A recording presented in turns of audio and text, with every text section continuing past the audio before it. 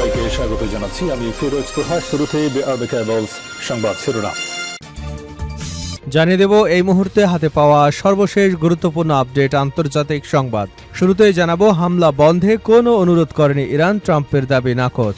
যুদ্ধ বন্ধে সমঝোতার অংশ হিসেবে ইরান লড়াই থেকে সরে আসতে চেয়েছিল এবং হামলা বন্ধ করতে অনুরোধ করেছিল। যুক্তরাষ্ট্রের প্রেসিডেন্ট ডোনাল্ড ট্রাম্পের এমন দাবি সরাসরি প্রত্যাখ্যান করেছেন ইরানের সামরিক কর্মকর্তারা। এবারে জানাবো, ভারত সীমান্তে অত্যাধুনিক 250 হাউইটজার মোতায়েন করল পাকিস্তান। সামরিক সক্ষমতা বৃদ্ধির অংশ হিসেবে পাকিস্তান ভারতের সীমান্তবর্তী পূর্ব সেক্টরে 250টি চীনা তৈরি SH-15 truck mounted self propelled howitzer মোতায়েন করেছে। গোয়েন্দা সূত্রের বরাতে জানা গেছে, 2025 সালের মে মাসে ভারতের অপারেশন সিঁদুরের পর সামরিক শক্তি বাড়ানোর ক্ষেত্রে ইসলামাবাদের এটি সবচেয়ে বড় পদক্ষেপ। জানাবো, দ্য ইন্টারন্যাশনালের রিপোর্ট, ইরান ঘিরে বিশ্বযুদ্ধের শঙ্কা, যুক্তরাষ্ট্রকে সঙ্গ দেবে উপসাগরীয় জোট। ইরানকে ঘিরে চলমান সংঘাত কেবল মধ্যপ্রাচ্যে নয়, এটি একটি বৈশ্বিক যুদ্ধ। এই সংঘাত ইরান, চীন এবং রাশিয়া একই অক্ষের অংশ। এই সংঘাতে শেষ পর্যন্ত উপসাগরীয় দেশগুলো যুক্তরাষ্ট্রের সঙ্গে যোগ দিয়ে ইরানের সামরিক সক্ষমতার বিরুদ্ধে সরাসরি আঘাত হানবে। এদিকে ইসরায়েলে অস্ত্র সরবরাহ ভারতের মানবতা ও মূল্যবোধের উপর কলঙ্ক। মাহমুদ মাদানি ভারত থেকে ইসরায়েলে অস্ত্র এবং সামরিক সরঞ্জাম রপ্তানির অভিযোগে উদ্বেগ প্রকাশ করেছেন জমিয়তে উলামায়ে হিন্দের সভাপতি মওলানা মাহমুদ আসাদ মাদানি। তিনি এ ধরনের সরবরাহকে মানবতা ও ভারতের মূল্যবোধের উপর কলঙ্ক আখ্যা দিয়ে অবিলম্বে তা বন্ধ করবার জন্য সরকারের প্রতি জোর আহ্বান জানিয়েছেন। এবারে থাকছে, ইরানকে চাপে ফেলতে সেনাদের কাছে নতুন কৌশল চাইল সেন্টকম। যুক্তরাষ্ট্রের প্রেসিডেন্ট ডোনাল্ড ট্রাম্পের ইরান বিরোধী সামরিক অভিযানের মধ্যে দেশটির সেন্ট্রাল কমান্ড সেনা বিশ্লেষকদের কাছে সৃজনশীল এবং অপরিচালিত উপায়ে ইরানকে চাপে ফেলার নতুন পরিকল্পনা চেয়েছে। সোমবার মার্কিন সংবাদ মাধ্যম CNN-এর এক বিশেষ প্রতিবেদনে এ তথ্য জানানো হয়েছে। এবং সর্বশেষ জানাবো, খুনোখুনি পছন্দ না আমার, ইরানের সঙ্গে চুক্তি করতে চায় ট্রাম্প।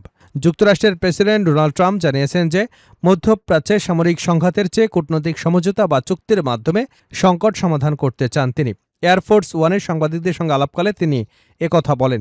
পারস্য উপসাগরীয় অঞ্চলের চলমান উত্তেজনা, সম্ভাব্য সামরিক পদক্ষেপ এবং আসন্ন আলোচনা প্রসঙ্গে ট্রাম্প স্পষ্ট করে জানান যে তিনি মানুষ হত্যা করতে চান না, বরং একটি চুক্তিতে পৌঁছানোকে প্রাধান্য দিচ্ছেন।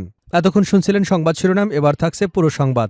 দর্শক, অনুরোধ থাকবে ভিডিওতে একটি লাইক দিন, কমেন্টস করে জানিয়ে দিন এই ভিডিওটি আপনি কোন জেলা থেকে দেখছেন এবং শুনছেন। হামলা বন্ধে কোনো অনুরোধ করেনি ইরান, ট্রাম্পের দাবি নাকচ।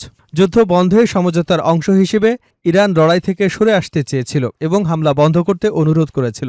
যুক্তরাষ্ট্রের প্রেসিডেন্ট ডোনাল্ড ট্রাম্পের এমন দাবি প্রত্যাখ্যান করেছেন ইরানের সামরিক কর্মকর্তারা। খবর টাইমস অফ ইসরায়েলের। রোববার দেশটির রাষ্ট্রনিয়ন্ত্রিত গণমাধ্যমে প্রকাশিত মন্তব্যে নাম প্রকাশ না করা সামরিক সূত্রগুলো ট্রাম্পের বক্তব্যকে মিথ্যা বলে আখ্যা দেয়। তাদের অভিযোগ, উপসাগরীয় অঞ্চলের নেতাদের উপর চাপ সৃষ্টি ও অর্থ আদায়ের উদ্দেশ্যেই ট্রাম্প এ ধরনের বক্তব্য দিয়েছেন।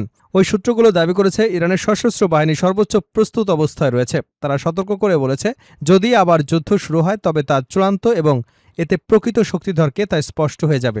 এর আগে ট্রাম্প ঘোষণা দেন তিনি ইরানের বিরুদ্ধে নতুন হামলা আপাতত স্থগিত রাখার নির্দেশনা দিয়েছেন। তার দাবি, মধ্যপ্রাচ্যে কয়েক দেশের মধ্যস্থতায় 5 মাস ধরে চলা যুদ্ধের অবসান ঘটাতে একটি সমঝোতার মৌলিক কাঠামো তৈরি হয়েছে। পাশাপাশি যুদ্ধ বন্ধে সমঝোতার অংশ হিসেবে ইরান লড়াই থেকে সরে আসতে চেয়েছিল এবং হামলা বন্ধ করতে অনুরোধ করেছিল।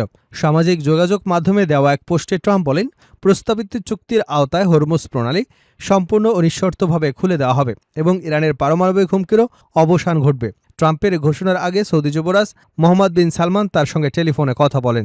বিষয়টি সম্পর্কে অবগত একটি সূত্রের দাবি, ওই আলোচনায় যুক্তরাষ্ট্র ইরানের বিরুদ্ধে সামরিক অভিযান আরও বাড়াতে পারে বলে এমন আশঙ্কার কথা ট্রাম্পকে জানান সৌদি যুবরাজ। ভারতীয় সীমান্তে অত্যাধুনিক 250টি হাউইটজার মোতায়েন করল পাকিস্তান।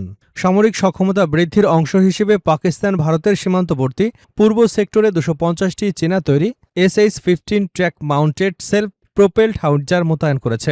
গোয়েন্দা সূত্রের বরাতে জানা গেছে, 2025 সালের মে মাসে ভারতের অপারেশন সিঁদুরের পর সামরিক শক্তি বাড়ানোর ক্ষেত্রে ইসলামাবাদের এটি সবচেয়ে বড় পদক্ষেপ। চীনের রাষ্ট্রীয় প্রতিষ্ঠান নরিনকোর তৈরি 155 মিলিমিটারের SH-15 হাউইটজার 6x6 স্যাসিজের উপর বসানো এবং এতে 400 হর্স পাওয়ারের ডিজেল ইঞ্জিন রয়েছে। অস্ত্রটি 30 থেকে 40 কিলোমিটার পর্যন্ত ন্যাটো সামঞ্জস্যপূর্ণ গোলাবারুদ নিক্ষেপ করতে পারে এবং রকেট প্রজেক্টাইলের মাধ্যমে এর সর্বোচ্চ পাল্লা ৫০ কিলোমিটার পর্যন্ত হতে পারে। এছাড়া এর স্বয়ংক্রিয় ফায়ার কন্ট্রোল সিস্টেম এবং হাইড্রোলিক ব্যবস্থার কারণে এটি দ্রুত অবস্থান পরিবর্তন করে প্রতি মিনিটে ৬ রাউন্ড পর্যন্ত ফায়ার করতে সক্ষম। এই অস্ত্র মোতায়েন চীন এবং পাকিস্তানের ক্রমবর্ধমান গভীর প্রতিরক্ষা সম্পর্কেরই বহিঃপ্রকাশ। সম্প্রতি পাকিস্তানের সেনাপ্রধান আসিম মুনির বেজিং এবং ইসলামাবাদের সম্পর্ককে অনন্য বলে অভিহিত করেছেন। চলতি বছর পাকিস্তান তাদের প্রতিরক্ষা বাজেট ১৮% বাড়িয়ে ৩ ট্রিলিয়ন রুপিতে উন্নীত করেছে। উল্লেখ্য, গত বছর অপারেশন সিঁদুরের পর পাকিস্তান ভারতের সাথে সংঘর্ষে এই চীনা অস্ত্রের চমৎকার পারফরম্যান্সের কথা দাবি করেছিলেন। ইরান ঘিরে বিশ্বযুদ্ধের শঙ্কা, যুক্তরাষ্ট্রকে সঙ্গ দেবে উপসাগরীয় জোট। ইরানকে ঘিরে চলমান সংঘাত কেবল মধ্যপ্রাচ্যের নয়, এটি একটি বৈশ্বিক যুদ্ধ। এই সংঘাতে ইরান, চীন ও রাশিয়া একই অক্ষের অংশ।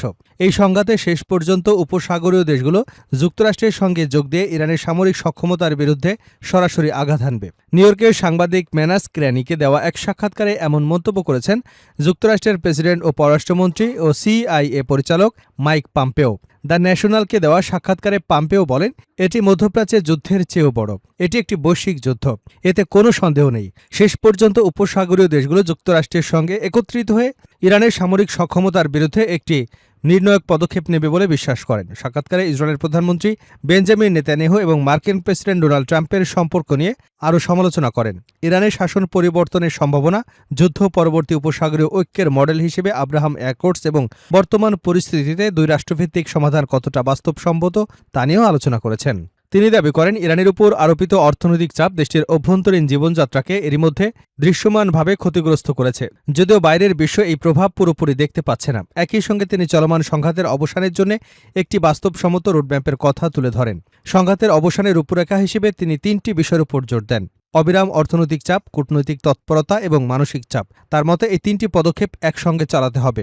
তিনি জানান, ইরানের পারমাণবিক কর্মসূচি, ব্যালিস্টিক ক্ষেপণাস্ত্র উন্নয়ন এবং সন্ত্রাসবাদের সমর্থন বন্ধ করার লক্ষ্য নিয়ে ট্রাম্প নেতানিয়াহুর মধ্যে মৌলিক কোনো পার্থক্য নেই। তিনি আরও দাবি করেন, চীন ইরানের ক্ষেপণাস্ত্র ও আকাশ প্রতিরক্ষা ব্যবস্থা পাঠানোর প্রস্তুতি নিচ্ছে। যদিও বেইজিং এই অভিযোগ অস্বীকার করেছে বলে পম্পেওর মত, তবে অস্বীকার করছে বলেই বিষয়টি আরও বিশ্বাসযোগ্য মনে হচ্ছে। ইরানের উপর অর্থনৈতিক চাপ আরও বাড়ানোর পক্ষে মত দিয়ে তিনি বলেন, নিষেধাজ্ঞা এড়িয়ে যাওয়া, ইরানের তেল কিনছে, বিশেষ করে রাশিয়া এবং চীনের বিরুদ্ধে আরও কঠোর ব্যবস্থা নেওয়া উচিত। পম্পের ভাষায়, আমাদের অর্থনৈতিক চাপ ইরানের ভেতরে বাস্তব প্রভাব ফেলছে। বাইরে থেকে তা কম দেখা গেলেও আজ ইরানের দোকানের তাক আগের মতো পূর্ণ নয় এবং সাধারণ মানুষের জীবনযাত্রা আরও কঠিন হয়ে উঠেছে। সামরিক অভিযানের ক্ষেত্রে তিনি বলেন, বেসামরিক লক্ষ্যবস্তু এড়িয়ে ইরানের সামরিক অবকাঠামো ধ্বংস করা উচিত। একই সঙ্গে তিনি দাবি করেন, ইরান ইসরায়েলের পরিবর্তে উপসাগরীয় দেশগুলোকে লক্ষ্যবস্তু করছে, কারণ তেহরান মনে করে এসব দেশ শক্ত প্রতিরোধ গড়ে তুলবে না। তবে পম্পেরও বিশ্বাস, উপসাগরীয় দেশগুলো শেষ পর্যন্ত এই অবস্থান থেকে সরে এসে যুক্তরাষ্ট্রের সঙ্গে একযোগে ইরানের বিরুদ্ধে পদক্ষেপ নেবে। হরমুজ প্রণালীর ভবিষ্যৎ নিয়ে প্রশ্নের জবাবে পম্পে বলেন, বিশ্বের জন্য একটি গুরুত্বপূর্ণ অবাধ হরমুজ প্রণালী অপরিহার্য। তার ভাষায়, বিকল্পটি অকল্পনীয়। আগামী 1 দশক ইরানের কাছ থেকে হরমুজ প্রণালী ভাড়া নিয়ে ব্যবহার করবার চিন্তা কোনোভাবেই বাস্তবসম্মত নয়। সাক্ষাৎকারের শেষ দিকে পম্পে বলেন, উপসাগরীয় অঞ্চলের বাইরেও সবচেয়ে বড় ঝুঁকি হল পশ্চিমা সভ্যতা নিজেদের প্রতি আস্থা হারিয়ে ফেলা। ইসরায়েলে অস্ত্র সরবরাহ ভারতের মানবতা ও মূল্যবোধের উপর কলঙ্ক, মাহমুদ মাদানি। ভারত থেকে ইসরায়েলে অস্ত্র এবং সামরিক সরঞ্জাম রপ্তানির অভিযোগে উদ্বেগ প্রকাশ করেছেন জমিয়তে উলামায়ে হিন্দের সভাপতি মাওলানা মাহমুদ আসাদ মাদানি। তিনি এ ধরনের সরবরাহকে মানবতা ও ভারতের মূল্যবোধের উপর কলঙ্ক আখ্যা দিয়ে অবিলম্বে তা বন্ধের জন্য সরকারের প্রতি আহ্বান জানিয়েছেন। রোববার সামাজিক যোগাযোগ মাধ্যম এক্সে দেওয়া জমিয়তে উলামায়ে হিন্দের এক বিবৃতিতে মাওলানা মাদানি বলেন, নির্দোষ বেসামরিক নাগরিক, নারী ও শিশুদের নির্বিচারে হত্যাকাণ্ডে ব্যবহৃত হচ্ছে যেসব অস্ত্র, এটি জানা সত্ত্বেও অস্ত্র সরবরাহ করা একটি অপরাধমূলক কাজ, যা গণহত্যায় সহযোগিতার সমতুল্য। তিনি আরও বলেন, এটি কেবল আন্তর্জাতিক আইনে নির্লজ্জ লঙ্ঘনই নয়, বরং মানবতা এবং ভারতের মূল্যবোধের উপর এক গভীর বিশ্বাসঘাতকতা। সম্প্রতি আন্তর্জাতিক মানবাধিকার সংস্থা অ্যামনেস্টি ইন্টারন্যাশনালের এক অনুসন্ধানী প্রতিবেদনে এসেছে, 2023 সালের অক্টোবর থেকে 2025 সালের নভেম্বর পর্যন্ত ভারতের সরকারি এবং বেসরকারি কয়েকটি প্রতিষ্ঠান ইসরায়েলে উল্লেখযোগ্য পরিমাণ অস্ত্র, গোলাবারুদ এবং সামরিক সরঞ্জাম সরবরাহ করেছে। তবে অভিযোগের বিষয়ে ভারতের পররাষ্ট্র মন্ত্রণালয় জানিয়েছে, দেশ থেকে রপ্তানি করা ডুয়াল ইউজ পণ্যগুলো কঠোর আইনগত এবং নিয়ন্ত্রক ব্যবস্থার আওতায় অনুমোদন দেওয়া হয়। মন্ত্রণালয়ের দাবি, ভারতের সব ধরনের রপ্তানি কার্যক্রম জাতীয় আইন, রপ্তানি নিয়ন্ত্রণ নীতি এবং আন্তর্জাতিক বাধ্যবাধকতার সঙ্গে সামঞ্জস্য রেখে পরিচালিত হয়। মৌলানা মাদানী বলেন, ভারত ঐতিহাসিকভাবে ফিলিস্তিনি জনগণের অধিকার, ন্যায্য দাবির প্রতি সমর্থন জানিয়ে এসেছে। তাই একদিকে নিরপেক্ষ অবস্থানের কথা বলা, অন্যদিকে ইসরায়েলের সামরিক সরঞ্জাম সরবরাহ করা ভারতের দীর্ঘদিনের নীতির সঙ্গে সামঞ্জস্যপূর্ণ নয়। তিনি কেন্দ্রীয় সরকারের প্রতি আহ্বান জানিয়ে বলেন, সরকারি ও বেসরকারি উভয় খাতে প্রতিরক্ষা প্রতিষ্ঠার মাধ্যমে ইসরায়েলে অস্ত্র এবং সামরিক সরঞ্জাম রপ্তানি অবিলম্বে বন্ধ রাখা উচিত।